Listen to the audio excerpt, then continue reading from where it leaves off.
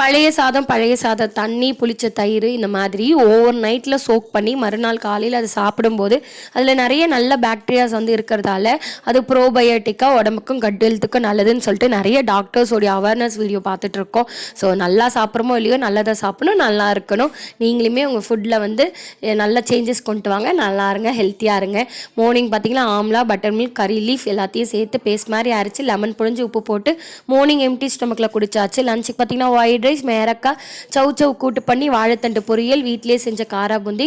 Morning வந்து பழைய சாதம் வந்து பிரேக்ஃபாஸ்ட்டாக எடுத்துக்கிட்டேன். அந்த பழைய சாதம் தண்ணியில் நீர் மோர் பண்ணி ஹஸ்பண்டுக்கு வந்து 2 பனானா வந்து ஸ்நாக்ஸ் கொடுத்து லஞ்ச் ஓவர். காத்தால் ஹஸ்பண்டுக்கு பிரேக்ஃபாஸ்ட்க்கு வந்து சத்து மாவு 2 டம்ளர் வச்சு கொடுத்தாச்சு.